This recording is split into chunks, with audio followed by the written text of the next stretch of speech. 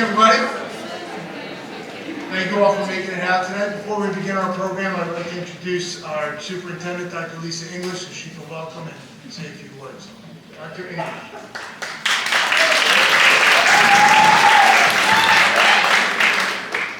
Good evening, everyone. For those of you I haven't had the great opportunity to meet personally, I apologize, but I am Dr. Lisa English, very proud superintendent of the Shore Regional High School District.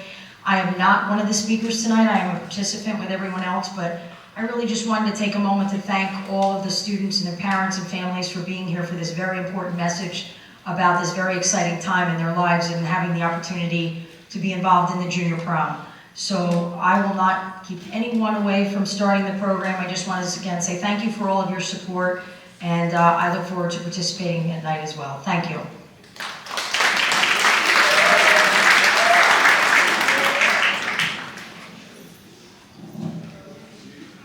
Thank you, Dr. English. Welcome once again, everybody.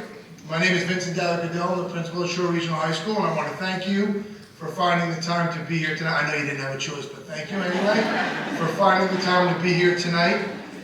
Shore Regional High School does have a comprehensive program regarding drug and alcohol awareness, and you're sitting here as a part of that program. So I want to thank you once again. You're here tonight as part of our drug and alcohol curriculum, but also as an opportunity for parents and guardians and children, or our students, your children, to bridge the communication gap. So hopefully you're sitting by or near a guardian or loved one, and if anything that you see here tonight prompts or sparks a conversation, that is part of the purpose of meeting tonight. We have been doing this for quite a while, I would say going on 14 years with this fine group, and we have found that it to be an effective and thorough program. I would like to thank our SAC, Jen Chakowski, along with our assistant principal, Mr. Bucalari, for putting programs like this together.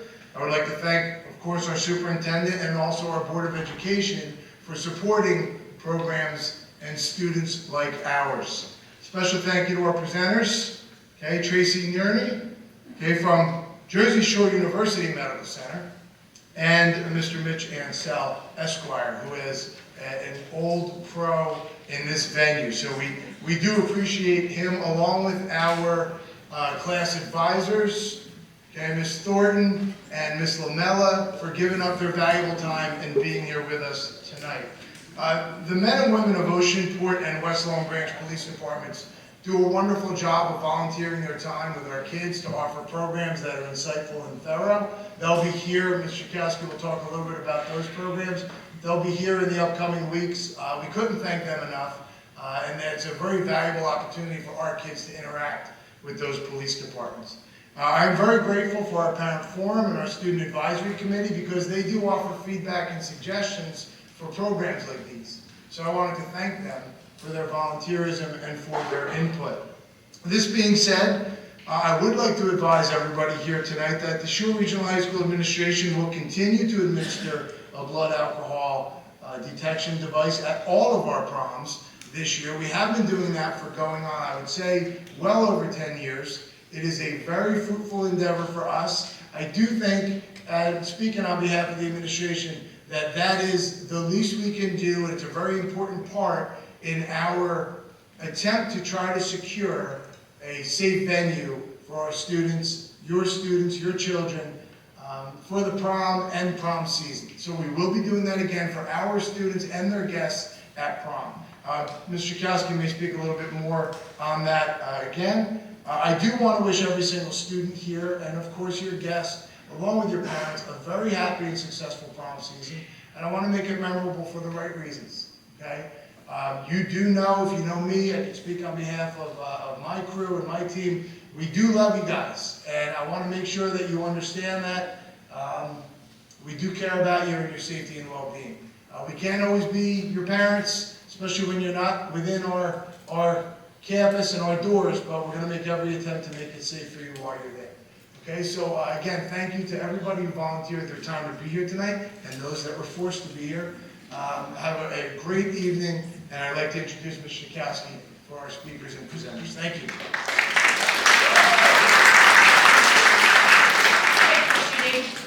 Good evening. I'll be the third person to welcome welcome everyone here tonight. So thank you very much for being here. I am thankful for your continued support as well as the support of our administration and our Board of Education. Our goal of this program is to facilitate the lines of communication for our students and their families. We hope the presentation tonight will raise your awareness to the possible consequences of taking risks and making careless decisions. One of the key components of prevention is talking and listening to your children. Parents and guardians are the strongest influence a child has. Your values and the guidelines you set will shape your children's actions long after they've graduated high school. So please continue to discuss your concerns and expectations you have for your children, as every student in this school makes a significant impact in our Shore Regional community. Before I introduce our guest this evening, I would like to thank Mr. Fury, who is filming tonight's presentation. Our Foggles and Golf Cart activity is with the West Long Branch Oceanport Police Departments, which will be May 4th and 5th, as well as our senior prom meeting, which will be happening next month as well. Our first presenter this evening is Mitchell Ansell from the law firm of Ansell, Grimm & Aaron. Mr. Ansell is a partner with the firm who specializes in the areas of criminal, municipal court, and DWI defense. Mr. Ansell is an active member of the Monmouth County Bar Association, as well as the New Jersey State Bar Association. Aside from his practice, Mr. Ansell is also involved in community charities, has many professional affiliations, and presents at many schools as well. Our second presenter is Tracy Nerney, who currently works as a trauma prevention coordinator through Hackensack Meridian Health at Jersey Shore University Medical Center. Ms. Nerney provides community outreach and has presented to many schools in Ocean and Monmouth counties on this topic, as well as many others such as Stop the Bleed. Ms. Nerney's extensive experience ranges from the emergency department, clinical educator, and everything in between. Additionally, Ms. Nerney also volunteers her time as well in the community. Aside from their everyday career obligations, both of our presenters have the rewarding and challenging roles of being parents as well. So before we begin, we just have a brief announcement from your class advisors, Mrs. Lamella and Mrs. Thornton.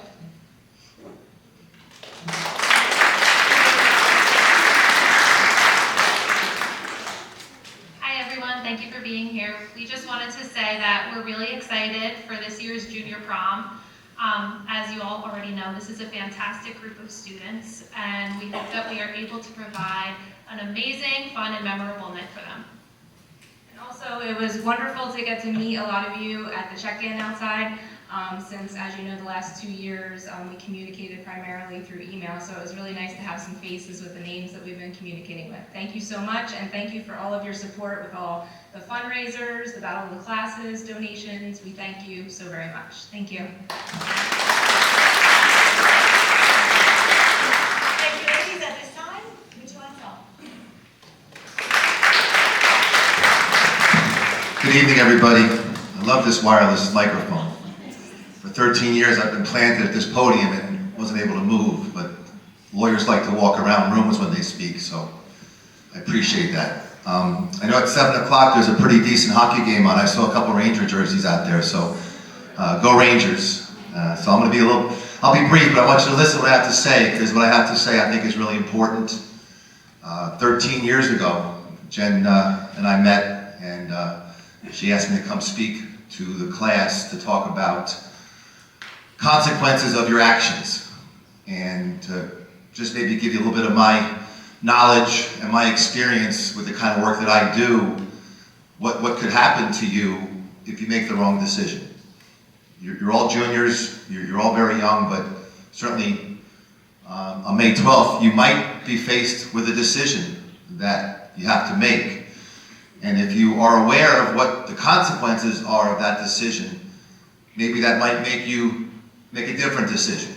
And that's really why I'm here tonight, and why I've been coming here for 13 years, and why I go to other high schools at this time, because I really want to impart some of the knowledge and wisdom and experience that I have on you. Not in an effort to scare anybody. If what I say to you scares you, then okay, that's not a bad thing. But it really is to educate you, so you can make informed decisions. I'm going to tell you a little bit about the law, so you know what happens to you legally if you do something dumb. And I'm going to tell you some stories about some clients of mine. The stories I tell, the clients that I'm talking about have giving me permission to essentially tell their story, because they're young people and they want their mistakes to hopefully help someone else from making a mistake. And like I said, I've been doing this for a long time, and to this day, honest to God, I still see people out and about, whether it's at a restaurant or at a movie theater or on a soccer field, where they say to me, my kid remembered what you said, and it resonated with them, and we really appreciate it. So if one of you tonight, just one of you, goes home and says, oh my God, I didn't realize that, then I've done my job. Okay, so hopefully you'll get something out of what I'm about to say. I'm going to start with a story about a client of mine. His name is Adam, and Adam was 18 when I met him, and he was a senior at a local high school. And Adam had a really good friend that he had been friends with since kindergarten, and the two of them one night decided they were going to hang out and drink way too much vodka, like a gallon of vodka. And then for some reason they decided they wanted to get into Adam's car, his brand new Mustang, and see how fast it could go. So Adam and his best friend got in their car, and they were driving down a road in Middletown called Cooper Road, which is a very windy road. And at some point in time, the Mustang left the road and crashed into a tree. And Adam killed his best friend. This is a true story. It was in the newspapers. And Adam killed his best friend, and Adam fractured his hip, and he was in really bad shape. And Adam was taken to the hospital, and his blood alcohol level was 3 times the legal limit. So besides being charged with DWI, Adam was charged with vehicular homicide, essentially for killing his friend. And Adam came to me with his family, and they looked at me and said, is my son going to jail? I said, well, somebody died as a result of his decision to get behind the wheel of a car. And as good of a lawyer as I am, there has to be consequences for your actions. And he was facing between 5 and 10 years. 5 and 10 years in state prison. He had never done anything wrong in his life. He was 18 years old. He barely had a parking ticket. We worked out a deal. Thankfully, the family of the victim was very sympathetic, because it could have been their son driving the car. And he ended up going to jail for 3 years. 3 years. So think about it, from 18 to 21, instead of being in college, he was in state prison. And I would speak to him from time to time. This was a while ago, this case, but he got out and he made something of his life, but I can assure you he never, ever decided to get behind the wheel of a car after drinking and driving. So really, it is a zero tolerance, especially in this day and age, when there's Uber and there's other ways to travel. Back then, there wasn't even Uber. Still no excuse. But I give you that example about what happens when you drink and drive, but it's also important for you to know, even if there wasn't an accident, one of you decided you wanted to have a couple of drinks and drive, you're all under the age of 21. So, as you know, it's illegal to drink. Well, it's illegal to drink even if you're not drunk and drive. So think about that. You have 1 or 2 White Claws. You're not drunk. All your friends are drinking, but you're going to be the designated driver, and you're not going to get drunk, and you have 1 or 2 drinks, 2 beers, 2 whatever, Trulies, and you get stopped. And there's alcohol in your breath, and you're under 21, you're getting arrested. And you're getting brought back to headquarters, and you have to blow into a machine called an alka test, and if there's 0.01% of alcohol in your blood, which is essentially 1 White Claw, or higher, you're getting the DWI. No one's saying you're drunk. You could be stone cold sober, but you're getting the DWI. You're not going to be able to drive for 90 days. Mandatory. You're going to be fined thousands of dollars. You're going to have to hire a lawyer, which is not inexpensive. You're going to have to go to alcohol classes, and your parents' insurance goes through the roof. And you can say to the judge or the cops, but I wasn't drunk. It doesn't matter. Underage, DWI, all you have to do is have alcohol in your system. So think about that. It's a zero tolerance. It can't happen. Similarly, if you have alcohol in your possession, so let's say you're not driving. You're at somebody's house for a party, and you have alcohol. It's illegal. It's a crime in New Jersey to possess alcohol under the age of 21. It's not a felony, but it's a criminal charge. And if you're found guilty of that charge, it will absolutely go on your record. 100%. You're getting fingerprinted, you're getting a mugshot. So think about it. When it comes time for you to apply for college, and they ask you, have you ever been arrested? And you have to answer yes, and you're up for a spot against somebody else who answered no, you tell me who's getting that spot.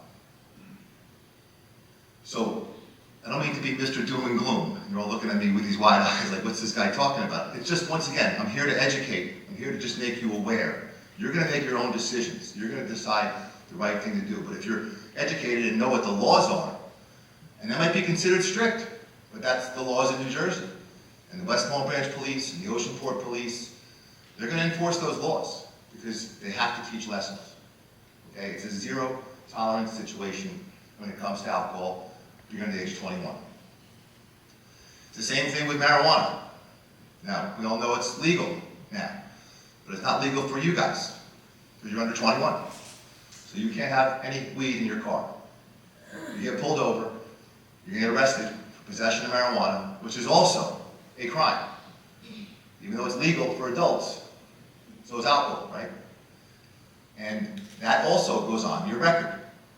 It's a charge that you have to disclose when you're applying for a college or for a job. And you also can lose your driver's license for 6 months if you possess marijuana under the age of 21. So once again, even though it might be more accepted in society now, you need to understand that it's still illegal. And you have to know these things before you make decisions about whether or not you should get involved with that.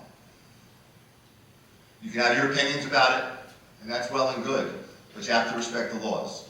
And if you're under the influence of marijuana and you're driving, you're getting arrested for that as well. And that's a 7-month loss of license. Not 3, but that's 7 if you're under the influence of marijuana and you're driving, even under the age of 21. These are mandatory penalties that, once again, you need to be aware of. Now, I'm glad that the parents are here. There's a handout in the folder that talks about a statute that talks about parental criminal liability. If you're having a party at your house and there's underage kids there and there's alcohol, that's illegal. Okay? Are you going to get charged with it? You might. The statute says if you knew, or you should have known, that there's alcohol in your house and there's kids there under the age of 21, you, the parents, can be criminally responsible and get arrested and get fingerprinted. You have to hire a lawyer. I had a case once, this is also a crazy true story. I had a client in Ocean Township. He was an engineer, no prior record whatsoever. His daughter asked if she could have some friends over to watch a movie. It wasn't even a big party, it was just 10 girls. One of the girls snuck some alcohol in, and he realized that they were drinking and didn't do anything about it. I guess he wanted to be a cool dad. I guess the 11th girl, who wasn't invited, she got mad that she wasn't invited. She called the police and said they're drinking. And the cops show up. They locked my client, the engineer, up in front of his kids for allowing underage drinking to go on at his house. True story. And it made the newspapers. I couldn't believe that this story was newsworthy, but it was newsworthy. Maybe the press or the cops wanted to show other parents that this is real. And he had to hire me, we had to go to court, and thankfully I was able to resolve it when he didn't have a record, but he was exposed to criminal liability for just being a good dad. So if you knew, or you should have known, there was alcohol there, you could be held criminally responsible. The law is right there for you to read, it's in your hand. And the same thing goes for civil liability. So you've all heard of social host liability. If someone's at your house and they're drinking, and they get drunk and they leave, and they get into an accident, and they hurt somebody, the person they hurt can sue you. Now, that's not criminal, that's civil. And that results in potentially you having to pay a lot of money, potentially losing your home, depending on the severity of the injury. And that's real. Social host liability is real. So once again, another thing for parents to consider when your kids want to have a party at the house. And once again, I don't mean to be Mr. Doom and Gloom, but my role here tonight is just to educate and let everybody aware, because most people, when they come into my office and I tell them what the law is, they all say, well, I didn't know that. As you all know, ignorance of the law is no excuse. You're presumed to know the law, and it's important for you to know the law. So when it comes time for prom night, these are decisions you're going to have to make that you might have to live with for the rest of your life. I mean, think about it. If you get arrested, it could affect where you go to college. And where you go to college affects where you work, affects everything you do. So it's just important to make smart decisions and be mature. You know, you're getting to the point now where if you're going to be all driving cars, you have to be mature and realize that there are consequences for your actions. It's important to know also, when we talk about possession of alcohol or weed, there's two ways you can possess alcohol, possess anything in this world. So there's actual possession. So right now I'm actually possessing these glasses, right? I'm holding on to them, clearly they're mine, right? Right now, the three of us, you, are in possession of those glasses. It's called constructive possession. And what constructive possession says is if you knew that they existed and had the ability to control them, you might as well have owned them because you're possessing them. Okay, so right now, you're not guilty of it. But when it's out there in the open, and you know about it and you can control it, you might as well have bought them because they're yours. So think about if you're in a car and you're driving your friend home and he pulls out a bag of weed and puts it on the console and you get pulled over. You're not going to smoke. You're the designated driver. Remember what Mr. Ansel said, I'm not going to do that. But when the cops pull you over and the weed's there on the console, think about those glasses. You're both getting arrested. Not for owning the weed, but possessing it. And once again, there's no difference in the law. Whether you own it or you possess it, you're equally as guilty. And the same penalties apply. Potential loss of license, criminal record. So if your friend is in the car and they pull out that weed or that White Claw, I would put your blinker on, go to the curb and tell them to get out. You can walk home. Because you're being a good guy or a good girl taking them home, and they're not respecting you. Constructive possession is just as illegal as actual possession. Over the last couple of years, besides talking about drugs and alcohol, I incorporated into my talk something equally as dangerous, if not more dangerous, than any bag of weed or any beer. That's this. You cannot text and drive. You just can't. You just can't. Besides being illegal and potentially losing your license, I want to tell you a story about a client of mine, a 26-year-old girl who was at Brookdale College. And once again, these are true stories, and they're not meant to scare you. They're meant to educate you. But she got into a fight with her boyfriend, and she was driving on Route 520 out by CBA, where the Thompson Park is, and she was texting her boyfriend. So she's looking down. And there was a 90-year-old priest from CBA who decided he wanted to take a walk in Thompson Park for lunch. He was crossing 520. And she's looking down, and she hit him. And she killed him. She killed the priest because she was texting. It's a true story. It was in the newspapers. Luckily, thankfully, all the brothers at CBA felt so badly for this girl because it destroyed her that they decided not to prosecute her. But she was facing a charge of vehicular homicide, which is the same thing as being drunk and killing somebody, or being high and killing somebody.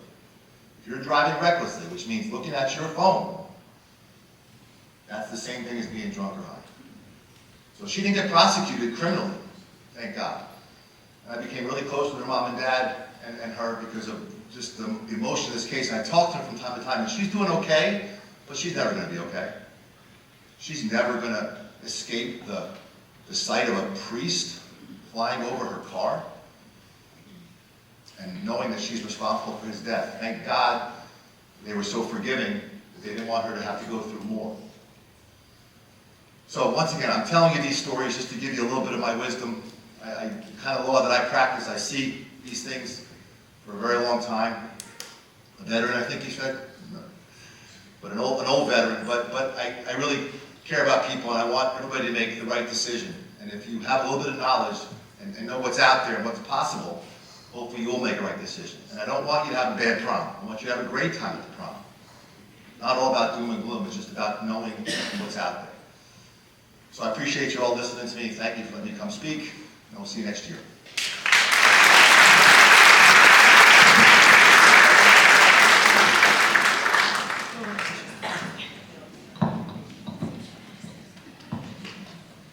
Thank you, Mitch. And next up, we have Ms. Tracy Nerdy. So let me get this.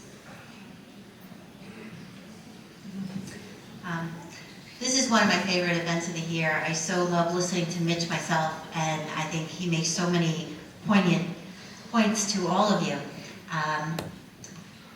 My name is, again, as they said, Tracy Nerdy. I thank so much the school administration for having me here. It's so good to be back, and Jen, who has been a wonderful resource, and we touch base a lot. I'm a nurse at Jersey Shore Trauma Center. Thank you. In my role as trauma injury prevention professional, boy, that's a lot of words, right? What does that mean? I look at the data. Why does trauma happen in our area? Monmouth, Ocean, part of Middlesex County is all the area that I cover. And then how can we work together to try to reduce some of that injury so that people don't have to go through some of the things that you heard Mitch talk about, some of the things that I'll talk about later. And as you can imagine, I can't do that by myself. So it's wonderful to partner with the schools, but I want to partner with every single one of you. And I really want to thank the school for not doing this the day of the prom, because some schools do, but I want you to go home and have conversations.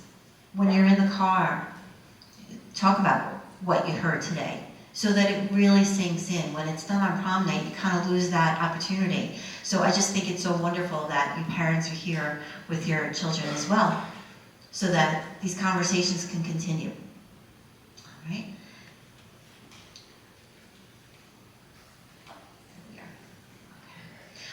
I understand about the hockey game. I talk really fast, but I have a lot of content, so I'm going to try to go even quicker.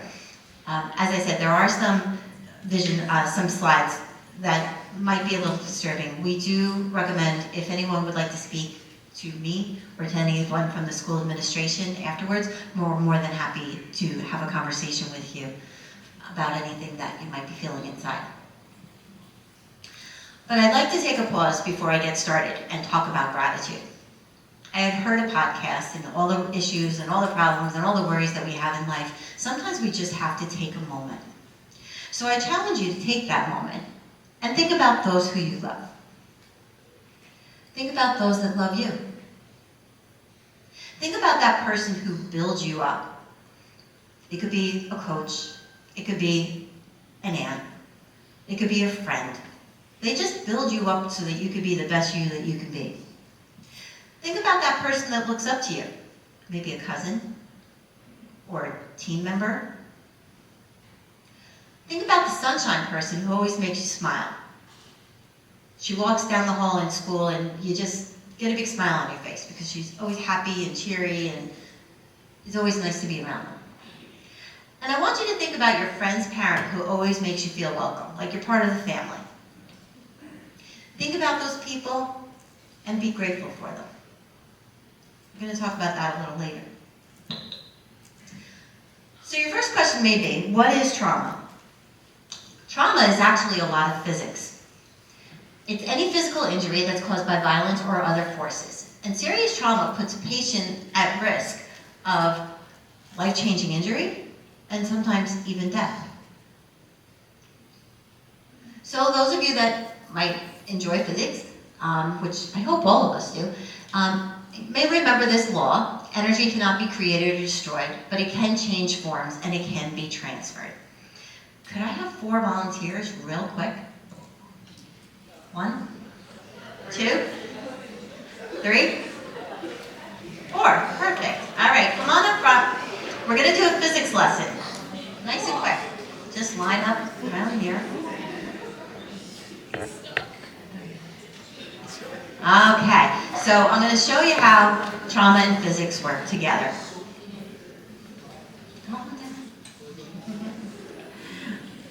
Okay. What you need? Hi, Tyler. How are you? Okay.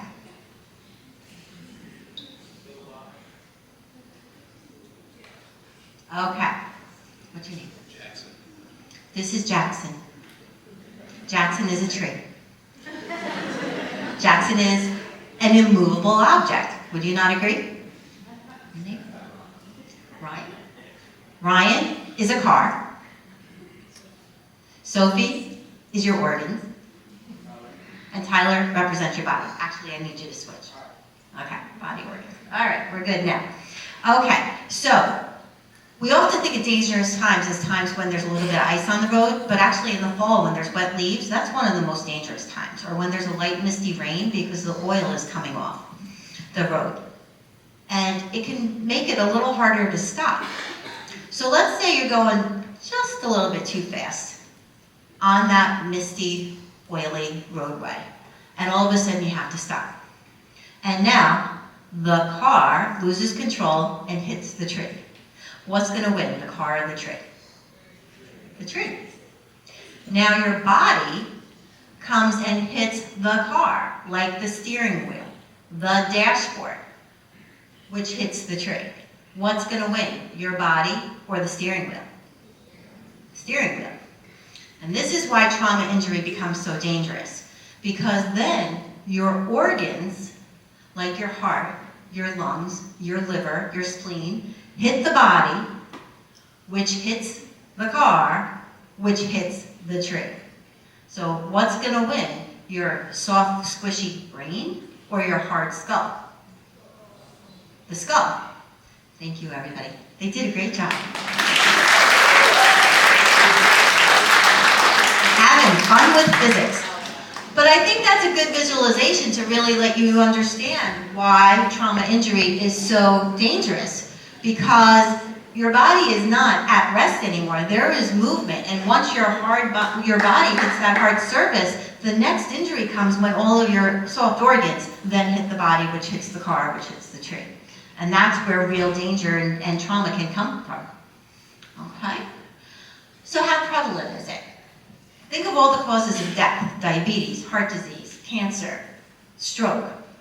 Trauma injury, which falls under unintentional injury, is now the third leading cause of death. It's number one from the age of 1 to 45. Right? So we tell kids, this is what your paper should be about. We tell our med students, this is what your capstone should be about. Our nurses, this is what your clinical letter. This is what people are dying of. And you know what? We're going to get better at cancer. And we're going to get better at heart disease, the two diseases that go through them. So where is that going to leave us as far as this is what people are going to die of? And it's preventable. Right? It accounts for approximately 400 deaths a day, affects mostly the young and old, and it's the leading cause of disability. Now, as I said, I come from Jersey Shore Trauma Center, and we're very lucky we live in New Jersey, because in New Jersey we have 10 trauma centers, so we're never more than an hour away from a trauma center. Okay? You can see some other states that they may be as far as 4 hours away from a trauma center. So in our world, we talk about the golden hour of trauma and the platinum 10 minutes. That's when we can do the most good. Imagine the outcomes for people that are that far away. So we're very lucky that we live in New Jersey. Right? And at Jersey Shore, we're a level 1 trauma center. We got that designation not last December, the year before. And we had to do a lot of work, a lot of research, get a lot of new programs in order to get that designation, but we worked really hard to get that so that we can serve you all better. That's us over at Neptune. This is our adult trauma bed. As you can see, we have a lot of specialized equipment. We have rapid infusers of blood, rapid infusers of fluid. You'll see a blanket warmer. And we're always doing research, like I said. We used to say keep the trauma base cold so that you don't get infection. But now we know you want to keep the trauma patient warm because that supports blood vital signs better, and it helps to prevent blood clots. We have those big lights because sometimes our trauma patients are so injured that they can't even make it up to the operating room. We're doing surgery right in the trauma bay. And then across from our adult trauma bay, we have the pediatric, and we can switch. Adults can go in the pediatric can go in the adults whenever we need. We have 5 other smaller trauma bays that go off there, but if we had to, we can take over the entire emergency department, we can take over the entire first floor, and we even have mobile intensive care units that we can start at. Now, sorry, this is sensitive, but for all of that wonderful training, for all that wonderful equipment we have, the sad reality is that 50% of the trauma victims that die at the scene. Long before we ever even get a chance to work with the person. 50% die at the scene. Of those remaining 50% who die, about 2/3 die within the first 4 hours. Now remember what I said about some places where they're 4 hours away from a trauma center, right? And why at that first 4 hours? Because at that point, we've done everything we can do, and unfortunately some people, their injuries are just too severe to survive. Those that die a little later, a lot of times that's about maybe 2.5 weeks later or so, that's usually from clots, which remember I told you why we keep the room warm, or from infection. So, you understand why every trauma center is required to have an injury prevention person. And I do my job through education with you in the high schools. I also educate seniors on fall prevention, young children on bike and helmet safety, and then I do a lot of education with our team members, our med students. It's with advocacy. I sit on hospital, local, county, state, and national committees for injury prevention, such as the New Jersey Strategic Highway Plan. Now you remember you heard Mitch say about how he was able to talk to some of the law enforcement people and reduce the sentence. I will tell you we had our annual meeting 2 weeks ago. And what do you think happened with COVID? Let me just take it aside. When there were less people on the road, you think accidents went up, down, or stayed the same? You would think it went down. Guess what happened? They went up, way up. What happened was the people that were on the road were speeding. They were speeding so much, and then when the injuries happened, there were more fatalities, right?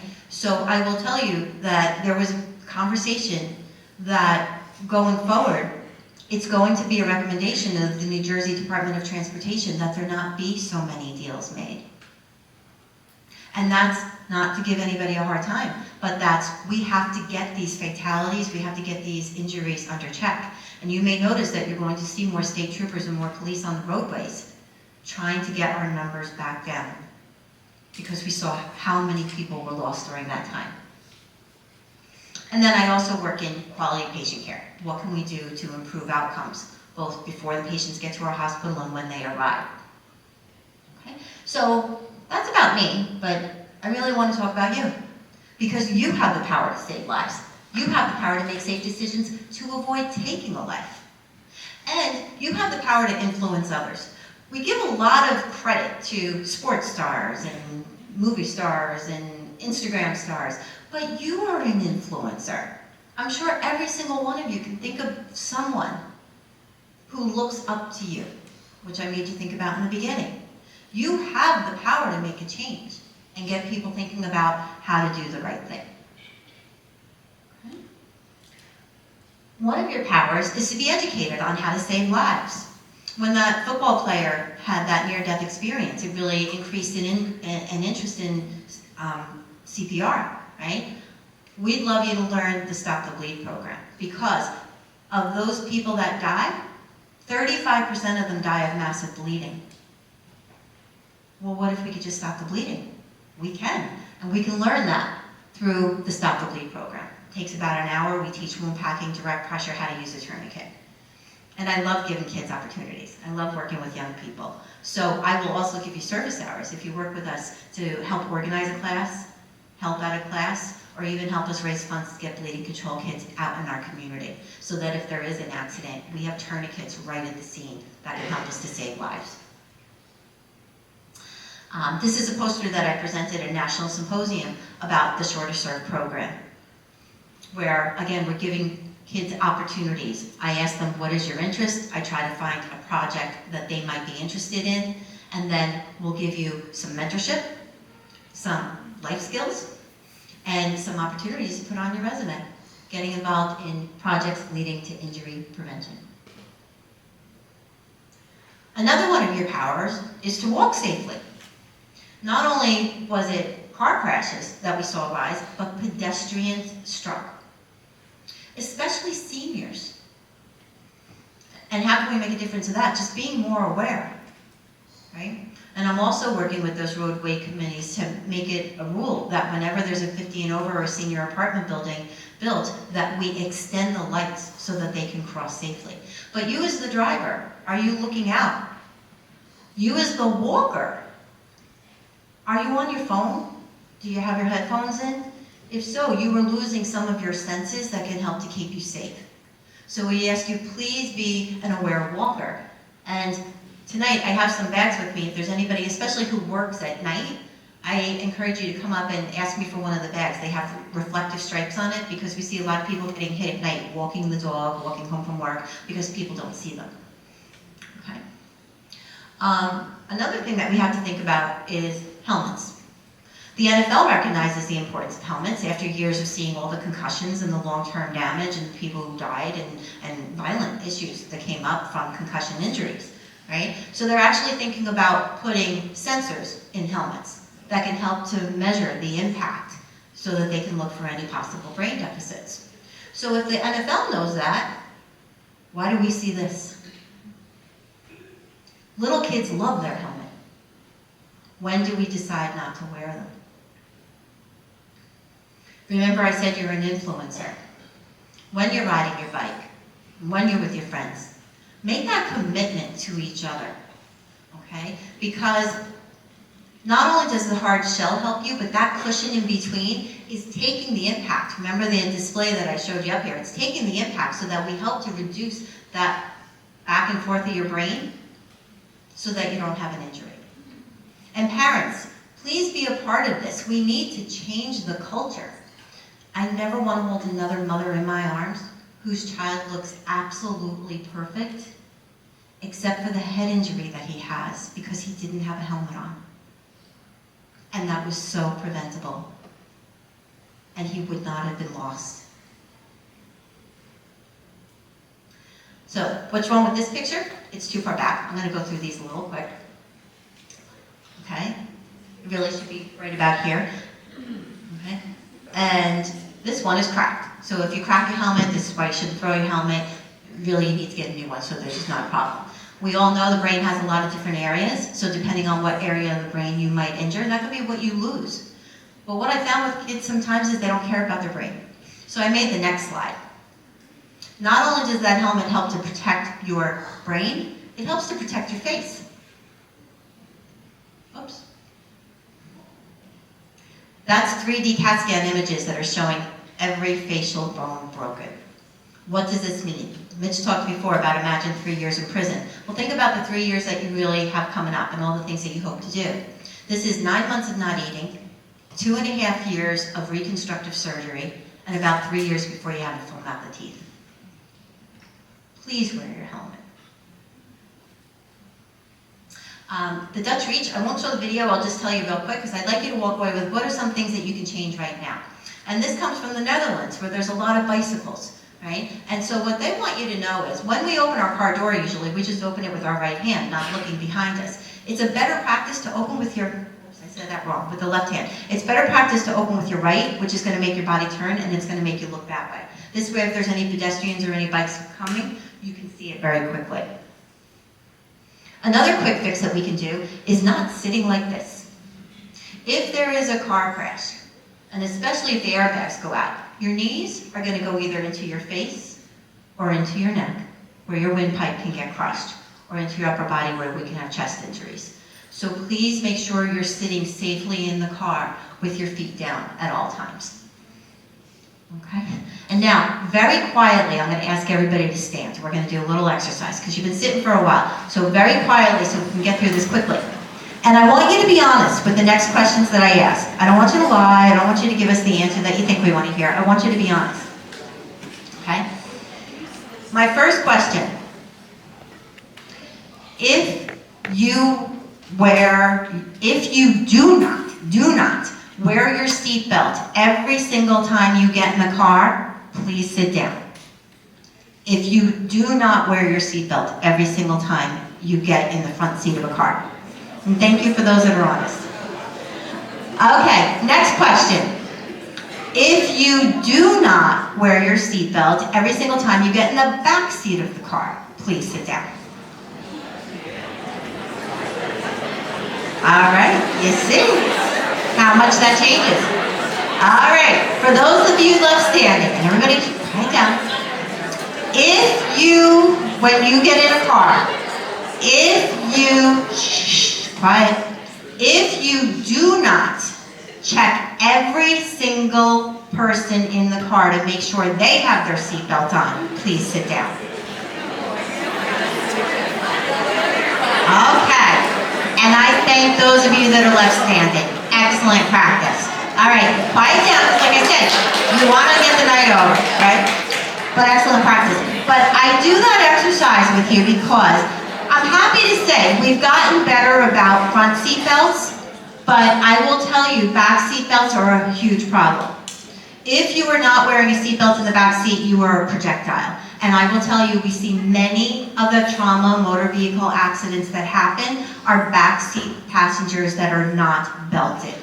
Every single one of you is an influencer. The car does not go unless every single person has their seatbelt on. Okay. You can see that backseat passenger flying forward into the front. You can see this gentleman was part of a campaign where people that were injured want to show you the physics again. That's how much bruising that he had across his chest. A lot of times you'll see liver and spleen injuries. But what would have happened to him if he didn't have his seatbelt on? Right? And then on the bottom, I don't know if this will play.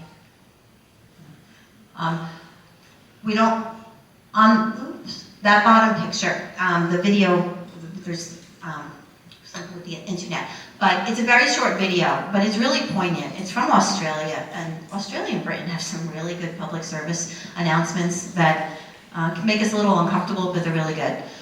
I'm going to tell you the story. Mom is driving. She pulls up in front of her son's school. He gets into the back seat.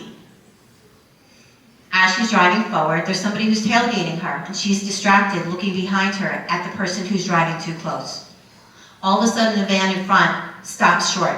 She doesn't see it. She hits the van.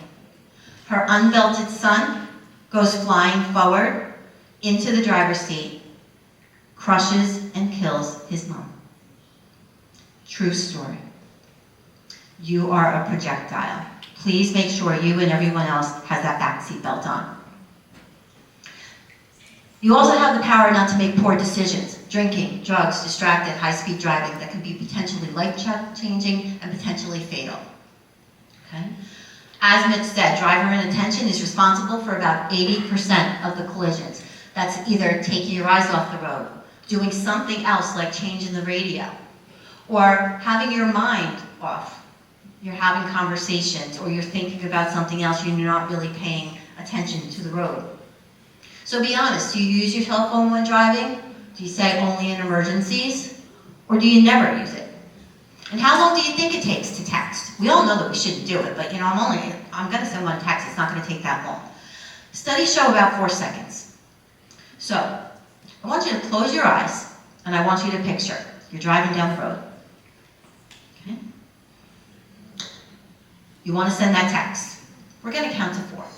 1, 2, 3, boom! Did you see that little kid that came out from behind the car to get his ball? Now I want you to think of what you hear. His mother running down the road. I want you to think about what you see. There was nothing you were texting that was worth that. And this young man wants you to know that, because that's the text he was sending when he was 17 years old and killed another teenager. I showed you these pictures before. Where are you at? That's what the girl on top, her boyfriend sent her when she crashed into a pole while trying to read it. The girl on the bottom, that's the text she sent to her sister when her sister crashed and died. The young man on top, where are you? He wasn't texting, but someone else was. And now he can barely walk. And the one on the bottom, I don't know what the driver was texting, but that young man at the age of 11 is on a ventilator and will never come off because somebody was texting and driving. I also like to talk about less fall for alcohol, right? And Mitch talked a lot about alcohol. There's no place in alcohol in driving. And, you know, he talked a lot about underage drinking and everything that comes. But parents, I challenge you as well. What do you think? Drinking and driving with kids, gone up, down, or stayed the same with young ones? Believe it or not, it's actually gone down. And as Mitch said before, why do you think? Are kids drinking less? What are they using? Uber, right? So our 20-somethings and all, they're using Uber. Thank goodness we're not seeing it as much. But what about middle-aged people? It stayed the same. And what do you think about our seniors? It's gone up. Seniors are more social. Seniors have learned that they can get alcohol delivered, but they're not using Uber. So kids, grab your parents' phone, your grandparents' phone, download the Uber app or the rideshare app, whatever your choice is, and encourage everybody to make that everyone's practice. I'm not going to go too much in that. College drinking. You're getting ready to start to think about it. I talked about last fall for alcohol. All right? It's great that kids aren't drinking and driving, but guess what? A lot of times that means they're drinking more. We have lost 1,800 kids to alcohol-related injuries. Not driving, just falling. Alcohol-related falls. Please make sure you don't overindulge. As Mitch said, something may be legal, it doesn't mean it's safe. And I know a lot of people like to say that it is, but I think it's important in my role to share that there's a lot of dangers with marijuana. And if you're drinking and doing marijuana, they heighten the negative effects together. It impairs your judgment, your coordination, and your reaction time. Okay? It also affects your genome. Your genome is the recipe for every cell in your body. And studies are showing, now that it is legal and more research can get done, that it can get into the genome and it can affect the next 4 generations. So I do suggest that you do some reading. There are some strong concerns about the neurological effects. So please do look into it and be aware. It is not absolutely safe, by far. Vaping also has a problem. Up there you'll see vaping lungs and COVID lungs, and guess what? You can't really tell the difference. Right? That's one of the things that we're seeing with vaping. The inflammation that it causes is the same type of process that was caused with COVID. So vaping's not safe either. All right? But now, your power not to speed. Your power not to choose speed. To have the courage to tell other drivers not to speed. And not to get in the car with somebody who you know is a speeder. You want to, again, be that influencer, but you also want to be able to tell people when they're wrong and not to do it, and then you're not going to drive with them. Okay? This is Robbie. Isn't he cute? Okay. Robbie was that kid that everybody loved. Had tons of friends, great athlete, great student, but a nice guy. That's him and his sister and his high school picture. Robbie had a friend, Jason, and Jason was known to speed. One night, Jason came to the house. Robbie's dad said, all right, go with him, but just be careful. Jason took the next turn at 65 miles an hour, 5 minutes from the house. No alcohol, no drugs, simply speed. The pickup truck flipped. The first flip, Jason got ejected because he wasn't wearing a seatbelt. He broke his arm. The second flip, the other passenger, Chris, went flying through the windshield. The third flip, Rob was pinned in the middle of the pickup truck. Couldn't get out. Think of what that's like. Glass, metal, people screaming, strangers coming, pulling at you. Your parents aren't there. EMS has to make the decision. Do we have time to transport by road, or do we have to take a helicopter? And sometimes we want to take a helicopter, but we can't because of the weather conditions. This is what happened to Chris. Bone literally went through his skin. He had long bone fractures. He was in the hospital for about 2 months. Was put back by pins and rods, and still has a limp till this day. It took them over an hour and a half to get Rob out of the car. Rob's mom drove by. She had taken his younger sister for ice cream, and she looked at the crash and said, "Thank God my kids are home safe." She had no idea that Rob was in the car. Into the trauma bay he came right away. Everybody responded, did everything they could. Didn't really know who he was. He really couldn't say much, and they started to work with him. All of that equipment, all of those highly trained people. One of the first things that they saw was he was having a really hard time breathing. His ribs had been crushed, those broken ribs puncturing his lung, making it very difficult for the lungs to expand. The one lung was collapsed, and you can see that by the dark area that's in the x-ray. That means, like a balloon, it just went down completely. They had to use a tube like this and put it down his throat with this stylet connected to a ventilator to breathe for him because he could not breathe himself.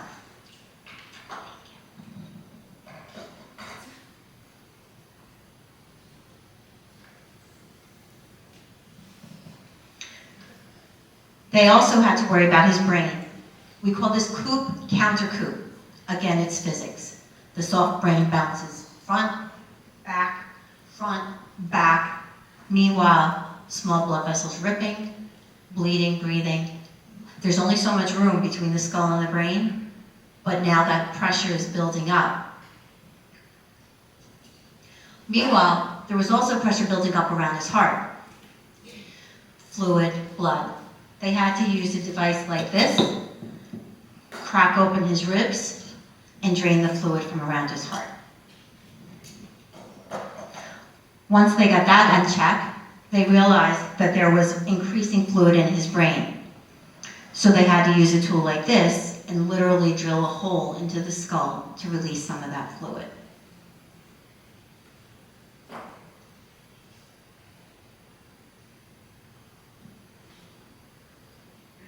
Think about all the other injuries. As I said, liver, spleen, as the parts of the car are coming in to the body cavity. All the bleeding, all the damage going on in his abdomen. His mom arrived, and they brought her into the room, and she said, "But where's my son?" He was so swollen, she didn't even recognize her own child. Once she realized it was Rob, she brushed his hair out of his face and said, "Rob, we're here for you. We're a really close family. You know that. We're going to get you through this. It's all going to be okay." Rob looked up at his mom and tried to mouth the words, "Mom, I'm so sorry," because he knew her life was about to change. Robbie died 2 weeks before his 17th birthday, simply because his friend took an exit turn at 65 miles an hour.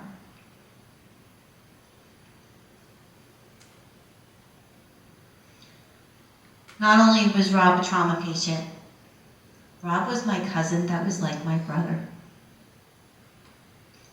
I will tell him that we will never forget him. This is his sister's children that he never got to meet. He would have been the best uncle. He would have been coaching them, but he's not here to do that. We're all here tonight to make you think before you go to a prom. Rob never had a chance to get into a tux. Instead, he got into a body bag when he was about your age. We miss him terribly. My daughter got engaged this weekend. And as how happy I am, I'm so sad that I don't get to share that moment with him. But our family has made a commitment. When I called his sisters and I said, you know guys, I really want to tell Rob's story. How do you feel? They said, please, please tell it. Because we never want another family to feel what we have felt. This happened a long time ago. So the boy that was driving did not go to jail at that time. Nowadays, he probably would have. But I asked about him. Because he was young, and he was foolish, and he made a terrible mistake that changed all of our lives as well as his and his own family. And so I asked my cousins when I asked about doing this presentation, I said, and how is he? Because I would ask every now and then. And she just shook her head, and she said, Trey, he committed suicide last December, 30 years later. Think of the vision that he woke up with every day. Think about what he couldn't forget about. And believe me, this didn't make it better for our family. It broke my heart.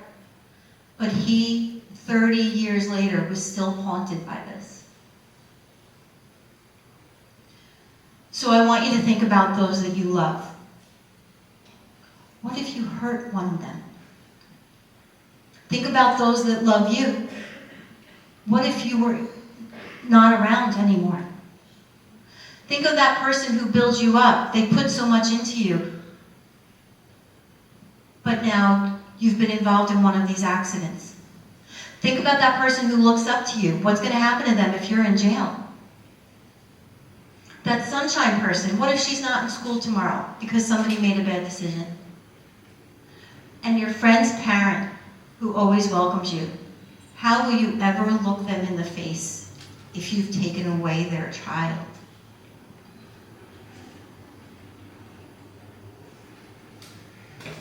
This is a hard moment, and it's a hard conversation. And hopefully I've made you think, but I don't just like to leave you in a bad place. You all know the story of the Christmas Carol, right? When Scrooge at the end is with the last ghost and he's begging him, please tell me, is there something I can do so that this doesn't happen? This is your moment. This is when I want you to think. And I ask you to keep the word precious in your head. Robbie's grandma, they called her Grandma Precious. She called everybody precious. I want you to keep the word precious in your head. When you get in a car, I want you to remember that you're precious and you buckle a seatbelt. When you and your friends are going bike riding, I want you to remember that your friends are precious and I want you to encourage them to wear a helmet. Right? And I want you to remember that everybody in your car when you're driving someday is precious and you're going to make that. When you go into college and you're drinking, I want you to remember that all your friends are precious and you're going to look out for each other when you're drinking. Because you have the power to take life-saving courses, to walk safely, to do simple things like the Dutch reach. Or another thing that we do in our family is 3 rings, because sometimes you don't know when people are driving. If we really need to talk to each other, we call 3 times in a row, and then we know to pull over because it's really important. That way none of us are answering when we drink and drive. So choose not to text and drive. Choose not to drink and drive. Have the courage to say to your friends, slow down, and know that you are loved and you are precious. I thank you very much for your time.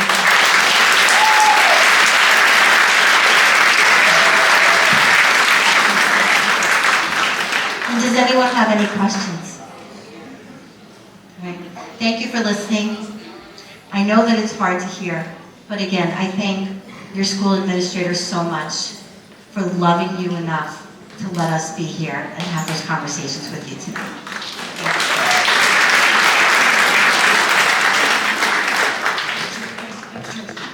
Thank you, Tracy. All right, so thank you, Tracy. I know that these presentations are overwhelming and emotional, and no matter how many times you've seen them, our hope is that these presentations make an impact on you every day, not just for the upcoming prom. As you've heard this evening, the choices you make not only affect you, but others around you. Please remember that safety is a shared responsibility. This concludes our evening. Thank you very much, and safe travels home, everyone.